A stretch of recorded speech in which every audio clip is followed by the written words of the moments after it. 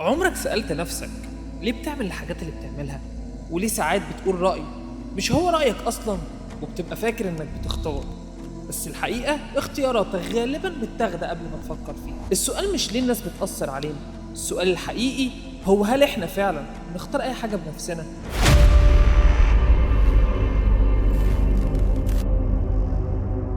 السلام عليكم ورحمة الله وبركاته، أهلا وسهلا بكم في حلقة جديدة من برنامج الباشمهندس. في تجربة مشهورة جدا لمجموعة من العلماء جابوا شوية قرود وحطوهم في مكان فيه سلم وفوقيه موز متعلق، ولما القرود دخلت واحد منهم طلع على السلم عشان يجيب الموز، أو لما القرد طلع راح رشين مية ساقعة على باقي القرود، وكل لما قرد يحاول يطلع يجيب الموز يرش مية ساقعة على القرود التانية لحد ما باقي القرود ما فهمت اللعبة، وأول لما قرد يحاول يطلع يجيب الموز يروح متلمين عليه يضربوه ويمنعوه يطلع بالعافية. لحد كده ده كلام طبيعي جدا. الموضوع باختصار ان القرود فهمت ان لو اي حد طلع الباقي هيتعاقب، بس عشان يسخنوا الموضوع اكتر شالوا قرد وحطوا قرد جديد ما يعرفش حاجه. طبعا القرد اول ما دخل قال لك ايه ده موز، وراح طالع يجري على السلم، راحوا متلمين عليه ضاربينه. ايه يا جماعه في انا ما عملتش حاجه. طبعا القرد الجديد مش فاهم ايه اللي بيحصل، هي العالم دي مجانين ولا ايه؟ دول قرود وده موز، ما حدش عايز يطلع عليه بقى، وكل لما يحاول يطلع يجيب الموز يعملوا مع نفس التصرف. فراحوا شايلين كمان قرد قديم وحطوا قرد جديد، فلما القرد حاول يطلع يجيب الموز القرود كلها اتلمت عليه ضربته بما فيهم القرد اللي لسه داخل. هو خلاص بقى صدق نفسه لدرجه انه بقى بيعمل الحاجه اللي هو نفسه مستغرب هو ليه الباقي كان بيعملها معاه، مع انه ما ترشش عليه ميه ولا عارف السبب، بس لما لقاهم بيضربوه افتكر ان هو ده الطبيعي وبقى بيضرب معاهم. هتقول لي يا عم عادي يمكن قرد غبي ودي اكيد حاله يعني. طب خد دي، لما كرروا نفس العمليه دي كذا مره يشيلوا قرد من القدام ويحطوا واحد جديد كان بيحصل معاه نفس التصرف، لدرجه ان لما القرود القديمه اللي ترش عليهم ميه واللي عارفين السبب خرجوا وما تبقاش الا القرود الجديده، كان اي قرد بيدخل بيعملوا مع نفس الحاجه، ولا واحد فيهم سال نفسه وفكر هو ليه بيعمل كده، رغم ان لو حد وصل للموز ما كانش هيترش عليهم ميه. لو فكرت في الموضوع هتلاقي حاجه غريبه جدا، هم بيعملوا حاجه مش فاهمينها ومش عارفين هي بتتعمل ليه اصلا، بس بيعملوها لمجرد ان هم لقوا اللي حواليهم بيتصرفوا كده، فافترض ان الباقي عندهم معلومه مش عنده، وبما ان الناس اجتمعت انها تعمل نفس الحاجه يبقى هم اكيد صح. بس برضه لاجل الامانه العلميه لما دورنا ورا الموضوع ما لقيناش مصدر قوي بيقول ان التجربه دي حصلت فعليا، وان هي غالبا عباره عن تجربه تعليميه الناس بتحكيها عشان تشرح بيها الفكره نفسها. ايه ده هندسه انت بتقول معلومات غلط علشان تحابب يا ريتش؟ يا عم اسكت نال على عينك، انت كنت عارف حاجه؟ ده انا اللي قايل لك. خلاص يا عم ما تزعلش، هقول لك تجربه تانية حقيقيه واتعملت كمان على بشر مش قرود. سنه 51 العالم سولومون اش قرر يعمل تجربه شبه دي بالظبط. جاب مجموعه من الشباب وحطهم قدام سؤال سهل جدا ووراهم خط وقال لهم هو قد انهي خط من الثلاث خطوط دول. يا سلام وايه الصعب في كده يا هندسه؟ ما اكيد كلهم هيختاروا الخط اللي في النص. بقى هي دي التجربه اللي انت فالينا بيها من الصبح؟ انا مش عارف انت هتفضل متسرع كده لحد امتى يا عم؟ اكبر بقى، احنا بقينا في الحلقه ال 13. الفكره يا سيدي ان سولومون اش كان متفق مع كل الناس اللي بيتعمل عليهم التجربه ان هم يختاروا الاجابه الغلط ما عدا شخص واحد، وهو ده اللي بيتعمل عليه التجربه. فكان كل ما سولومون يسال واحد من اللي هو متفق معاه يرد عليه بكل ثقه ان اكيد الاجابه رقم واحد. في البدايه الشخص اللي كان بيتعمل عليه التجربه كانت تعبيرات وشه بتوحي بالاستهتار، اللي هو يا عم الهبل ده، ما هي باينه قوي ان هو الخط اللي في النص يعني. بس كل ما كان سولومون اش يسال حد ويرد عليه بمنتهى الثقه ان الاجابه هي الخط الاول، الراجل كان بيتوتر اكتر وتظهر عليه علامات الشك، وكل لما حد يجاوب يقعد يبص للخطوط اكتر واكتر كانه بيتاكد. المفاجاه بقى ان لما الدور جه عليه اختار الخط الاول زيه. ولو انت فاكر ان دي حاله نادره خليني اقول لك ان 75% من الناس اللي اتعملت عليهم التجربه دي اختاروا الخط الاول، رغم ان هم كانوا متاكدين في البدايه ان هي اكيد اجابه غلط. تحس ان كان في افكار كتير جدا بتهاجمهم في الوقت اللي هم كانوا بيتسالوا فيه، هل الناس دي كلها غلط وانا الوحيد اللي صح يعني؟ ما هم اكيد عارفين حاجه انا مش عارفها. طب لو انا اخترت الاجابه اللي انا شايفها صح تفتكر هيضحكوا عليا ولا اعمل اللي هم بيعملوه خلاص؟ والنتيجه ان كان معظم الناس بيستسلموا للامر الواقع ويختاروا النتيجه اللي واضحه وضوح الشمس انها اجابه غلط. واحد يقول لي عادي يعني انا شايف انها تجربه تافهه جدا. اكيد الراجل اللي اختار الاجابه الغلط وعارف انها غلط كان بيريح دماغه وبيحافظ على منظره قدام الناس، اصل احنا ما اجرمناش يعني، ايه يعني اما اختار خط غلط؟ طب خد التجربه دي بقى. التجربه دي بتقول لك ان 60% من الناس العاديين ممكن يقتلوا لمجرد ان حد قال لهم يعملوا كده. في تجربه غريبه جدا للعالم ستانلي ميلجرام سنه 1961 الراجل ده جاب متطوع يعمل عليه التجربه، والتجربه عباره عن انه هيقرا شويه اسئله على شخص تاني في اوضه جنبه،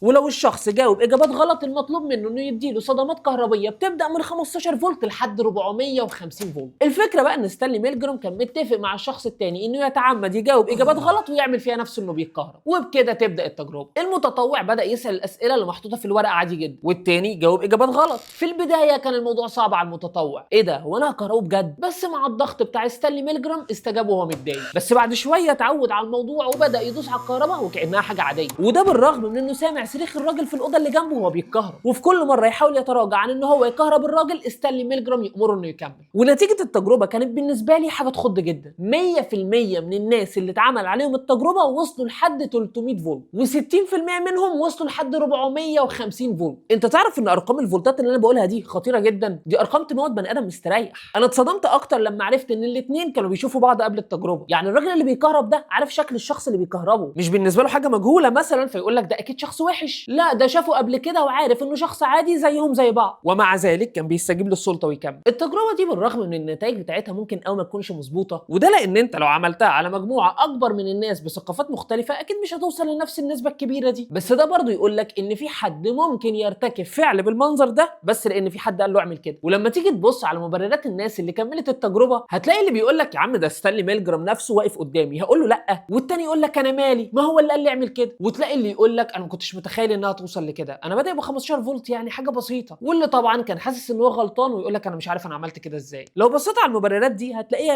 هي نفس المبررات اللي بيقولها اي حد بيعمل عمل اجرامي. اللي انا عايز اقوله في النهايه ان اي شخص ممكن يعمل اي تصرف بس لان الناس اللي حواليه بتعمله، واول كلمه هتيجي على لسانه لو سالته هيقول لك اشمعنى انا، ما كله بيعمل كده. والموضوع على فكره ما بيحصلش في نفس الوقت، دي بتبقى تراكمات من سنين. زي ستانلي ميلجرام ما بداش مع الراجل من 450 فولت على طول، لا ده خلاه يبدا من حاجه بسيطه اللي هي ال 15 ومشي واحده واحده لحد ما وصل ل 450، لانه لو بدا ب 450 الراجل ما كانش هيوافق. ودي نفس الفكره بالظبط ونفس اللعبه بتتكرر. انا عايزك تبص على المجتمع بتاعنا من 20 سنه، كنت نادرا لو لقيت شباب وبنات بيرقصوا على الشاشات قدام الناس كلها، ولا هتلاقي سب وشتيمه في الشوارع طول النهار، ولا ناس بتشهر باسمها وسمعتها بس عشان تتشهر وتطلع ترند، ولا بقى الجرائم التانية زي التحرش والسرقه والحاجات اللي بتوصل للقتل. كل الافعال دي بتحصل بسبب ان هو شاف ناس بتعمل كده فقرر انه يعمل زيهم. يا عم ده على الاقل خالص قعد قدام الشاشه وشاف ان الشخص السوبر هيرو بالنسبه له هو بلطجي، وحتى لو ما استجابش من اول مره عمل ورا عمل ورا عمل ورا عمل، عقله اللاواعي هيبقى متشبع من الافكار دي وهيقول لك وانا ليه ما نزلتش الشارع اعمل كده. يا جدع ده في ناس بتبقى مولوده بافكار بتفضل عايشه معاه لحد ما تموت. طبعا اللي انا بقوله ده مش معناه ان انت تشوف الناس رايحه فين وتروح انت الناحيه الثانيه، انا بقول لك انك محتاج تفكر وتفهم لماذا نفعل ما نفعل. وطبعا بقى انا مش محتاج اقول لك انك علشان تفضل فاهم كل حاجه لازم تعمل حاجتين، تدوس على لايك وتشترك في القناه، ولحد ما اشوفك تاني خليك دايما فاكر